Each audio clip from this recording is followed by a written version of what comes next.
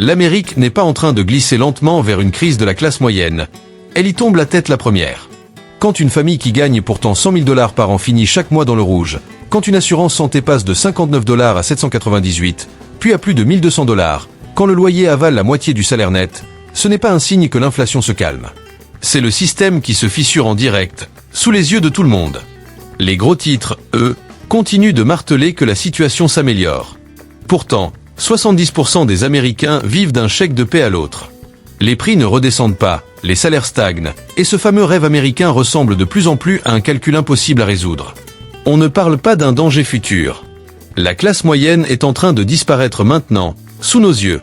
Le premier coup porté à cette classe moyenne, c'est cette idée répétée partout, tout va mieux. Les médias recyclent le même discours. L'inflation baisse, les salaires montent, l'économie est solide. Mais les indicateurs qui servent à raconter cette histoire sont construits pour masquer ce que les familles paient réellement. Quand le gouvernement annonce une inflation à 3,2%, il laisse de côté la shrinkflation, les frais cachés, l'explosion des assurances, les surcharges de services et surtout la réalité la plus simple. Les prix ne sont jamais revenus à ceux d'avant 2020. Le lait passé de 2,99 $ à 4,79 $, il n'est jamais redescendu. Ce surcoût permanent n'entre même pas dans les calculs officiels. Pendant que les responsables politiques se félicitent, le coût de la vie augmente bien plus vite que les salaires. En 5 ans, les revenus ont grimpé d'environ 14%. Mais les dépenses essentielles, elles, ont bondi de 40 à 120%. Autrement dit, la courbe économique qui permettait autrefois de construire un avenir s'est retournée. Les revenus progressent doucement, mais le coût du quotidien explose à toute vitesse. Cette contradiction entre les chiffres officiels et ce que vivent réellement les Américains est exactement ce qui alimente la colère. Et plus on examine les statistiques de près, plus l'illusion devient évidente. Le logement, par exemple, est considéré comme une dépense facultative, ce qui fait que l'indice ne tient pratiquement pas compte du fait que des taux hypothécaires passés de 3% à plus de 6% ont doublé les mensualités. Les assurances santé qui explosent de 59 à 798 $, parfois plus de 1200 $, sont largement minimisées. Les augmentations des factures d'énergie, même quand la consommation baisse, sont balayées d'un revers de main. Tous les postes de dépenses incontournables sont édulcorés dans les modèles qui déterminent si l'économie va bien. Et ce n'est pas un hasard, c'est la manière dont le système masque son déclin. Si les données reflétaient la véritable charge financière, les décideurs seraient forcés d'admettre que le problème ne vient ni d'une mauvaise gestion des ménages, ni d'un manque d'efforts. C'est simplement que les secteurs essentiels augmentent leurs prix à une vitesse que la classe moyenne ne peut plus suivre. Et cette illusion n'est pas anodine. Elle sert à éviter de reconnaître qu'une partie du pays est en train de s'effondrer. Si les chiffres officiels nient la crise, alors les difficultés que vivent des millions de familles sont invisibles. Ce qu'elles subissent n'a rien à voir avec un manque d'organisation. C'est le résultat d'une économie qui affiche reprise, alors que chaque facture raconte tout l'inverse. Cette déconnexion devient encore plus évidente dès qu'on parle de logement, parce que là, aucune statistique ne peut cacher la réalité. Les rapports affirment que l'inflation ralentit, mais dans le quotidien des gens, rien ne bouge, et c'est précisément à cause du coût du logement. C'est là que l'écart entre ce que le gouvernement dit et ce que les familles vivent tourne à la crise totale. On peut manipuler des indices, pas le prix d'un toit. Depuis 2020, les prix des maisons ont pris environ 55%. Les salaires, eux, n'ont rien suivi du tout. Et le pire, ce n'est même pas le prix affiché, mais le coût d'emprunt. Des taux hypothécaires passés de 3% à 6 à 7% ne rendent pas seulement les maisons plus chères. Ils doublent leur coût total sur toute la durée du crédit. Une maison à 400 000 $ coûte aujourd'hui l'équivalent de 650 000 lorsque les intérêts sont ajoutés. Résultat, même des familles avec de bons revenus se retrouvent exclues, non pas parce qu'elles gèrent mal leur argent, mais parce que l'équation de départ est impossible à résoudre. Pour les locataires, ce n'est pas mieux. Un simple appartement d'une chambre qui valait 1200 $ atteint désormais facilement 2000, parfois 2500. Et après le loyer, il reste quoi? Entre les impôts, les assurances santé, les transports et les factures, la majorité des ménages qui gagnent 3000 à 3500 $ par mois voient la moitié de leurs revenus disparaître rien que dans le loyer. Dans ces conditions-là, aucune astuce budgétaire, aucune heure supplémentaire, aucun petit boulot ne peut compenser un déséquilibre aussi profond. On ne peut pas travailler plus pour battre des chiffres qui ne tiennent tout simplement pas. Et même les nouvelles constructions n'offrent plus de solution. Les promoteurs préfèrent construire du haut de gamme, des appartements luxueux, parce que c'est plus rentable. Les maisons d'entrée de gamme, ces fameuses starter homes qui ont longtemps permis à la classe moyenne de se stabiliser, ont pratiquement disparu. Dans de nombreuses villes, de minuscules maisons de 70 mètres carrés se vendent au-dessus de 600 000 $. Et tout le monde semble trouver ça normal. Le rêve américain n'a pas disparu parce que les gens ont arrêté d'essayer. Il a disparu parce que l'accès au point de départ est devenu irréaliste. Et tout ça découle directement du mensonge initial. Tant que les statistiques officielles prétendent que tout va bien, alors même que le logement absorbe 40 à 60% des revenus, les gens finissent par comprendre que le problème n'est pas individuel. C'est tout un système qui s'effondre à ciel ouvert. Et il y a un domaine où cette chute devient impossible à ignorer, la santé. Quand le loyer, les courses et les salaires sont déjà un problème, les dépenses médicales deviennent carrément le point de rupture. C'est à ce moment-là que l'idée d'une économie en reprise s'effondre complètement, parce qu'aucun coût aux États-Unis ne grimpe aussi vite, n'impacte aussi brutalement et ne détruit aussi facilement la stabilité financière qu'une facture médicale. On peut repousser un voyage, éviter les restaurants, annuler quelques abonnements, mais on ne peut pas repousser une maladie. Et c'est précisément pour ça que le système de santé est devenu la menace la plus explosive qui pèse aujourd'hui sur la classe moyenne américaine. Depuis quelques années, les primes d'assurance ont cessé d'être simplement inconfortables, elles sont devenues intenables. Des familles ont vu leur mensualité grimper d'un seul coup, passant de $59 à $798, puis à plus de $1,200 pendant la période d'inscription annuelle. Et le plus ironique, c'est que rien dans leur couverture ne s'est amélioré. Seule la facture a pris une claque. Les franchises, elles aussi, ont franchi un palier. On parle désormais de montants qui tournent entre $6 000 et $12 000 par personne. Autrement dit, il faut débourser des milliers de dollars avant que l'assurance ne bouge le moindre petit doigt. On n'est plus face à un système de soins. On est face à un péage pour survivre. Prenez une famille qui paie $1 500 par mois en assurance. Ça fait $18 000 par an, juste pour avoir le droit de devoir payer encore plus si quelqu'un finit à l'hôpital. Et avec plusieurs enfants, l'exposition annuelle peut dépasser les $40 000, parfois $50 000. Des chiffres totalement déconnectés de la réalité des revenus de la classe moyenne. Les médicaments, eux, suivent la même trajectoire. Beaucoup sont soi-disant couverts, mais au moment de passer à la caisse, les copaiements atteignent des centaines, parfois des milliers de dollars. Un traitement essentiel peut coûter 8 cents, $1,200 ou davantage, même pour les personnes assurées. Et au lieu d'aider, les compagnies d'assurance ajoutent de nouvelles restrictions, refusent des prises en charge, inventent des clauses, tout pour renvoyer la facture au patient. Et pourtant, on continue d'entendre toujours la même histoire rassurante. Les dépenses de santé sont stables. Mais c'est totalement faux. Elles semblent stables uniquement parce que les familles repoussent les rendez-vous, sautent des traitements, rationnent leurs médicaments ou quittent complètement le système de soins. Cette apparente stabilité n'est rien d'autre que de la maladie non traitée. Ce constat se relie directement aux réalités précédentes. Quand le coût du logement, des courses et de la vie quotidienne a déjà épuisé chaque dollar disponible, la santé devient le coup de massue final. Ce n'est même plus une crise médicale. C'est une crise financière. Et c'est aujourd'hui le moyen le plus rapide pour faire basculer une famille stable vers une situation où une seule mauvaise nouvelle médicale suffit à déclencher une catastrophe économique. Une fois que la santé révèle à quel point les ménages sont fragiles, un autre choc apparaît, souvent passé sous silence. Les Américains travaillent plus, pour finalement avoir moins de pouvoir d'achat que leurs parents. Et c'est là que se trouve le cœur de tous les problèmes. Comment espérer payer un logement ou une assurance santé quand la valeur du travail s'effondre en temps réel ? Depuis des décennies, la productivité augmente, les profits des entreprises explosent, les rémunérations des dirigeants s'envolent, mais les salaires des travailleurs ordinaires, eux, stagnent. Sur les 5 dernières années, les salaires ont progressé d'environ 14%. Pendant ce temps, le coût des besoins essentiels a grimpé de 40 à 120%. Ce n'est pas un petit écart. C'est un piège structurel qui maintient des millions de personnes dans un stress financier permanent, peu importe le nombre d'heures qu'elles enchaînent. Même des emplois considérés comme bien payés n'offrent plus la stabilité d'autrefois. Gagner 30 à 35 $ de l'heure devrait permettre une vie correcte. Mais après impôts et déductions, beaucoup se retrouvent avec 3200 à 3400 $ par mois. Et cet argent disparaît presque instantanément à cause des dépenses incontournables. Non pas parce qu'ils gèrent mal leur budget, mais parce que les salaires d'aujourd'hui ont été pensés pour un monde qui n'existe plus. Rien que les primes d'assurance santé peuvent avaler 8 cents à 1200 $.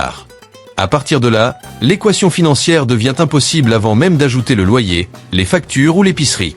La montée du travail indépendant n'aide pas non plus. Des millions de personnes se tournent vers des petits boulots, des contrats temporaires ou des missions freelance pour combler le fossé que les salaires traditionnels ne couvrent plus. Mais ces revenus n'apportent ni stabilité, ni avantage, et fluctuent constamment. Ce n'est pas un signe d'ambition. C'est un signe d'urgence. Aujourd'hui, 2 revenus sont devenus le minimum pour des foyers qui vivaient autrefois avec un seul. Et pendant ce temps, les retenues salariales continuent d'augmenter. Assurance obligatoire, cotisation retraite, impôts en hausse dans plusieurs États, plans d'entreprise qui couvrent de moins en moins. Tout grignote le peu de gains que les travailleurs obtiennent. Le salaire semble plus élevé sur le papier, mais le montant réellement touché diminue une fois toutes les déductions effectuées. C'est directement lié à la crise de la santé. Les soins deviendraient déjà ingérables seuls, mais combinés à des salaires qui stagnent, ils deviennent franchement impossibles à assumer. Le modèle économique américain repose maintenant sur une idée absurde: payer des prix modernes avec des revenus d'un autre siècle. Travailler plus n'apporte plus la sécurité. Au contraire, cela met en lumière l'ampleur de l'injustice du système. La classe moyenne ne décroche pas parce qu'elle fait de mauvais choix. Elle décroche parce que les salaires n'ont plus aucun lien avec le coût réel de la vie. Et quand les salaires ne suivent plus, la pression ne s'arrête pas au loyer ou à la santé. Elle s'étend à toutes ces dépenses du quotidien qui épuisent les foyers petit à petit: la garde d'enfants, les factures d'énergie, les transports. Ce sont ces coûts silencieux qui empêchent les familles de sortir la tête de l'eau. Ces dépenses ne sont pas optionnelles. Elles sont indispensables pour travailler, élever un enfant ou simplement exister dans la société actuelle. La garde d'enfants, par exemple, est devenue l'un des postes les plus écrasantes du pays. Dans de nombreux États, une place pour un tout petit coûte entre 8 cents et 1400 dollars par mois, dépassant parfois le prix d'un loyer. Pour un parent isolé qui gagne environ 3000 dollars après impôt, il ne reste pratiquement rien après avoir payé la crèche. Même les couples à 2 salaires luttent pour absorber ce coût, qui équivaut souvent à un deuxième emprunt immobilier. Ce n'est pas un service de luxe, c'est juste le prix pour pouvoir aller travailler. Les factures d'énergie, elles aussi, touchent tous les foyers. Et ce n'est pas parce que les gens consomment plus.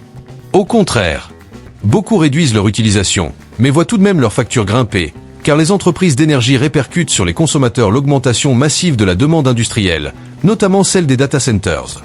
Une facture gaz-électricité qui valait 150 ou 180 dollars se transforme désormais en 250, 3 cents, parfois 350 dollars, même quand le thermostat reste bas et les lumières éteintes. Le troisième poids, c'est le transport. Les mensualités automobiles tournent aujourd'hui entre 7 cents et 1000 dollars. Les assurances auto ont bondi de 20 à 40% dans plusieurs États.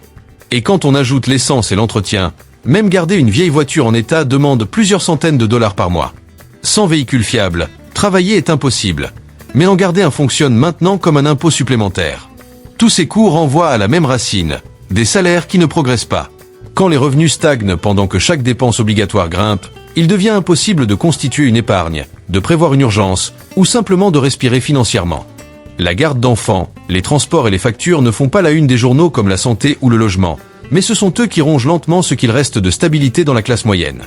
Ils serrent le budget jusqu'à ce qu'il n'y ait plus aucun espace, transformant chaque mois en un exercice d'équilibriste où la moindre erreur peut faire basculer une famille. Et lorsque toutes ces dépenses essentielles sont payées tant bien que mal, beaucoup de ménages se tournent vers les filets de sécurité censés empêcher l'effondrement. C'est là que la réalité s'impose brutalement. Ces filets ne correspondent plus du tout à la vie d'aujourd'hui. Ils ont été conçus pour une économie qui n'existe plus. Et ce décalage plonge des millions de familles en crise. Le programme SNAP en est l'exemple parfait. Ces critères d'éligibilité reposent sur des données qui datent d'une autre époque, où les loyers, les soins médicaux et les dépenses essentielles n'avaient rien à voir avec la réalité actuelle. Une famille qui gagne autour de 3000 ou 3200 dollars par mois, à peine de quoi couvrir les dépenses de base aujourd'hui, est souvent considérée comme trop riche pour recevoir de l'aide. Imagine une famille qui, sur le papier, gagne assez pour ne pas être considérée comme dans le besoin, mais qui, dans la réalité, jongle avec les découverts, vit à crédit ou saute des repas pour que les enfants mangent en premier. C'est ça, le paradoxe de 2025. Les critères qui définissent l'aide ne correspondent plus du tout au coût réel de la vie. Et pendant qu'on coupe dans les programmes alimentaires, ce ne sont pas seulement les bénéficiaires qui souffrent. C'est toute l'économie qui vacille. Parce que l'argent du SNAP, lui, ne dort jamais. Il passe directement par les supermarchés, les chaînes logistiques, les commerces locaux. Alors quand des millions de personnes perdent leur éligibilité ou voient leurs allocations diminuer, l'impact se diffuse partout. La demande baisse, les détaillants paniquent, et pour protéger leurs marges, ils augmentent les prix. Résultat, tout le monde paie plus cher. Un gallon de lait à 3 dollars aujourd'hui grimpe à 5 dollars demain. Pas par manque de produits, mais parce que le système a retiré le pouvoir d'achat qui stabilisait les prix. Pourtant, le gouvernement continue d'affirmer que ces coupes sont indispensables pour maîtriser le budget. Sauf que dans le même temps, des milliards disparaissent dans des projets lointains ou des engagements à l'étranger, pendant que les programmes d'intérieur se réduisent. Le message devient évident. On transfère la charge vers ceux qui sont déjà au bord du précipice. Les contribuables de la classe moyenne financent ces programmes. Mais ironie du sort, beaucoup d'entre eux n'y ont même pas accès lorsqu'ils en auraient réellement besoin. Et quand les aides diminuent, ils finissent de toute façon par payer la différence, à travers des prix alimentaires qui explosent, des impôts locaux qui montent et une pression accrue sur leur communauté. Tout cela fait écho à une réalité beaucoup plus large. Les salaires stagnent, les dépenses essentielles flambent, et les filets de sécurité censés éviter l'effondrement sont en train de craquer, coincés dans des règles dépassées. Résultat, une fracture qui s'élargit, où des millions de personnes tombent non pas parce qu'elles gèrent mal leur vie, mais parce que les systèmes censés les protéger ne sont plus adaptés à une économie qui se referme doucement sur les Américains ordinaires. Et lorsque ces filets de sécurité s'affaiblissent, un autre acteur entre en scène, pas pour aider, mais pour siphonner jusqu'au dernier dollar, le pouvoir des prix imposés par les grandes entreprises. Aujourd'hui, les géants américains ne réagissent plus à l'inflation. Ils la fabriquent. Ce que nous vivons, ce n'est pas une crise des coûts. C'est une inflation des profits. Les entreprises gonflent leurs prix bien au-delà de leurs dépenses, simplement parce qu'elles le peuvent. Regardez le secteur alimentaire. Kroger, PepsiCo, General Mills, Tyson, tous affichent des profits records, tout en augmentant discrètement les prix des produits essentiels. Ce paquet de céréales passé de 3,49$ à 6,29$, ce n'est pas à cause du blé. C'est à cause des actionnaires. PepsiCo l'a même avoué, ces hausses de prix n'étaient pas liées à l'augmentation de ses coûts. Et pourtant, les consommateurs déboursent plus que jamais pour les mêmes produits. Les services publics suivent la même logique. Des fournisseurs comme Duke Energy, PGE ou Con Edison augmentent les tarifs dans des millions de foyers. Des factures de $160 deviennent 250, parfois $300. Et souvent, ces hausses arrivent au moment même où ces entreprises annoncent des bénéfices de plusieurs milliards. On demande aux consommateurs de réduire leur consommation. Mais même en consommant moins, la facture grimpe, car les énormes besoins énergétiques des data centers, Amazon Web Services, Google Cloud et d'autres sont en partie compensés par les ménages. Et l'assurance? Encore pire. Blue Cross, United Health Group, Aetna, Cigna, tous augmentent les primes de 10%, 15%, parfois plus, tout en réduisant la couverture, en refusant davantage de demandes et en augmentant les franchises. United Health a même engrangé plus de 22 milliards de dollars de profit l'an dernier, essentiellement grâce aux primes plus élevées et aux soins refusés. Et c'est là que tout se recoupe. La réduction des aides, l'augmentation des prix, la pression croissante. Quand les programmes comme le SNAP rétrécissent, les entreprises resserrent leurs marges, puis réaugmentent les prix pour préserver leurs bénéfices. Les familles se retrouvent coincées entre un soutien public qui disparaît et des coûts privés qui explosent. Le système devient un circuit fermé. Les entreprises tirent les prix vers le haut, l'État s'efface, et les travailleurs encaissent coup après coup avec des salaires qui ne suivent plus. L'inflation des profits, ce n'est pas une simple hausse des coûts. C'est la preuve que la classe moyenne américaine est devenue la ressource la plus rentable du pays. Mais les conséquences dépassent largement les frontières. Les forces qui font grimper les prix aux États-Unis alimentent une crise mondiale d'accessibilité. Ce qui ressemble à un problème américain n'est en réalité qu'un maillon d'une chaîne mondiale. Les prix montent plus vite que les salaires dans presque toutes les grandes économies. Le logement manque partout, les systèmes essentiels saturent, et les familles de classe moyenne sont dépassées. En Europe, au Canada, en Australie, en Asie, les chiffres se répètent. Des loyers à Londres, Toronto, Sydney qui bondissent de 30 à 50% en quelques années. Des prix immobiliers à Dublin, Vancouver, Singapour tellement élevés que même ceux qui gagnent 6 chiffres n'arrivent plus à acheter un simple premier logement. En Allemagne, les coûts de l'énergie ont explosé. Au Royaume-Uni, l'inflation alimentaire est à son plus haut niveau depuis des décennies. Au Canada, le prix moyen d'une maison dépasse les $700 000. En Australie, plusieurs villes exigent maintenant plus de $120 000 de revenus simplement pour louer confortablement. Ces crises parallèles ne sont pas des coïncidences. Elles sont le résultat des mêmes mécanismes. Financiarisation du logement, consolidation des multinationales, achat massif de terrains par des acteurs privés et entreprises mondiales qui fixent les prix en imposant leur influence d'un marché à l'autre. Quand Blackstone ou Vanguard achètent des quartiers entiers dans un pays, les loyers augmentent aussi dans d'autres. Quand les géants de la tech installent de nouveaux data centers, les prix de l'énergie montent dans toute une région. Quand les grandes entreprises agroalimentaires augmentent leurs prix, les marchés locaux suivent. Nous ne vivons plus dans des économies isolées. Nous vivons dans un système interconnecté où quelques acteurs mondiaux peuvent influencer les coûts partout en même temps. L'accessibilité n'est donc pas en train de s'effondrer dans un pays. Elle s'effondre dans des dizaines en même temps. Et quand les classes moyennes du monde entier ne peuvent plus assurer un logement, une assurance santé, des courses ou une stabilité minimale, ce n'est plus un problème économique local. C'est le signe d'un basculement mondial. Et quand chaque grande ville devient simultanément inaccessible, la crise n'est plus régionale. Elle devient universelle. Et lorsqu'une crise devient mondiale, elle finit par toucher quelque chose de beaucoup plus profond, l'équilibre psychologique. C'est à ce moment-là que les prix qui montent, les salaires qui stagnent et la disparition de la stabilité cessent d'être des problèmes financiers pour devenir des charges émotionnelles quotidiennes. La classe moyenne ne lutte plus seulement avec des chiffres. Elle lutte avec l'épuisement, l'anxiété et cette impression d'être constamment en retard, peu importe les efforts. Quand les prix des maisons bondissent de 40 à 60%, que les primes d'assurance dépassent les $1000, que les factures augmentent même en consommant moins, le cerveau passe en mode survie. Ce stress n'est plus temporaire. Il devient permanent. Pour des millions de personnes, un imprévu, une facture médicale, un appareil qui tombe en panne, un salaire manqué peut tout faire basculer. Alors les familles repoussent l'idée d'avoir des enfants, renoncent aux soins médicaux, multiplient les heures supplémentaires ou les petits boulots, non par ambition, mais par nécessité. Les week-ends disparaissent. Le temps en famille se réduit. Le sommeil s'effrite, perturbé par ces calculs incessants. Qu'est-ce qu'on peut payer ce mois-ci? Qu'est-ce qu'on doit sacrifier? C'est l'effondrement silencieux, la fatigue mentale, l'épuisement émotionnel, l'impression d'être submergé. Et les chiffres confirment cette réalité. Plus de 60% des Américains vivent aujourd'hui au jour le jour, y compris ceux gagnant plus de $100 000 par an. Les dettes de cartes de crédit dépassent 1300 milliards de dollars, un record historique. Les taux d'épargne sont proches du plus bas jamais enregistré. Ce ne sont pas que des statistiques, ce sont les signes d'une population vivant dans une peur financière constante. Et cela nous ramène au cœur du problème. La multiplication des coûts, l'érosion du soutien public, la montée du pouvoir corporatif et la crise mondiale de l'accessibilité. Quand les prix augmentent partout, quand les institutions reportent les risques sur les citoyens, la classe moyenne perd quelque chose de bien plus précieux que de l'argent. Elle perd le contrôle, la direction et la certitude de son avenir. Le choc psychologique n'est pas un dommage collatéral. C'est l'alarme principale. Quand des millions de personnes vivent en mode combat ou fuite permanent, l'effondrement n'est plus seulement économique. Il devient humain. Et quand cette détresse devient permanente, le problème dépasse l'individu. Il devient national. Une classe moyenne affaiblie n'est pas juste un enjeu social. C'est le point de rupture du modèle économique américain. Tout le système repose sur l'idée que des dizaines de millions de familles peuvent acheter des maisons, fonder des foyers, consommer et alimenter l'économie. Mais aujourd'hui, ce pilier cède. Et lorsque 60% des ménages vivent au jour le jour, que la dette de carte de crédit dépasse 1300 milliards, la consommation, le moteur des États-Unis, devient fragile. Quand les gens n'achètent plus que l'essentiel, les commerces ferment, les économies régionales ralentissent et les marchés de l'emploi s'affaiblissent. Un pays où la stabilité disparaît ne peut pas prospérer durablement.